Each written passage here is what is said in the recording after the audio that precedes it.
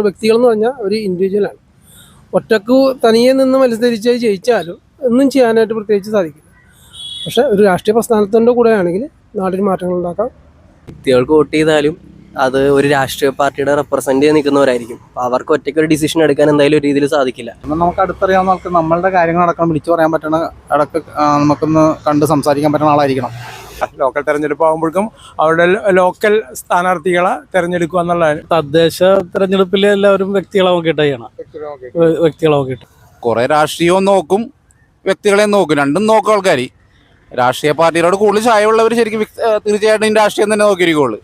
വ്യക്തികളെ നോക്കി ചെയ്യുക. ഭൂരിപക്ഷം കിട്ടുന്ന പാർട്ടിക്ക് വോട്ട് ചെയ്തിട്ടുള്ള കാര്യമുള്ളൂ, വേറെ വ്യക്തികളെ നോക്കിയിട്ട് എന്താ കാര്യം? ഭരണം ആരെ കിട്ടുന്ന ധാരണ ആ പാർട്ടിക്ക് വോട്ട് ചെയ്യുക. മറ്റേ ഭരണ പുറത്തുനിന്ന് കളിച്ചിട്ട് കാര്യമില്ല, പാർട്ടിയിൽ നിന്ന് കളിക്കുക. രാഷ്ട്രീയം നോക്കി കഴിഞ്ഞിട്ട് കാര്യമില്ല, വ്യക്തികളെ നോക്കണ ഏറ്റവും ബെറ്റർ. എന്താന്ന് വെച്ചാൽ ആ പഞ്ചായത്തിലെ ആ വ്യക്തി അവിടുത്തെ ആൾ തന്നെ ആയിരിക്കുമല്ലോ. അതിൽ നമുക്ക് ഏറ്റവും പ്രിയപ്പെട്ട ആൾക്കാർ നോക്കി വോട്ട് ചെയ്യാനായിരിക്കും. അയാൾക്കറിയാൻ പറ്റും ആ പരിസരത്ത് എന്ത് ചെയ്യണം, എന്ത് ഇതാക്കണം എന്നുള്ള. വ്യക്തികളെ നോക്കണം. അറിയുന്ന ആളാണ്, നമ്മൾ അടുത്തുള്ള ആളായതുകൊണ്ട് നമുക്കതാണ് എളുപ്പം. വ്യക്തികളൊക്കെ പരിചയമുള്ളവരെ നല്ല കാര്യങ്ങൾ ഇതിനു മുമ്പ് ആരാ ചെയ്തത് ആ വ്യക്തിയെ നോക്കി ചെയ്യുന്നു അത്ര.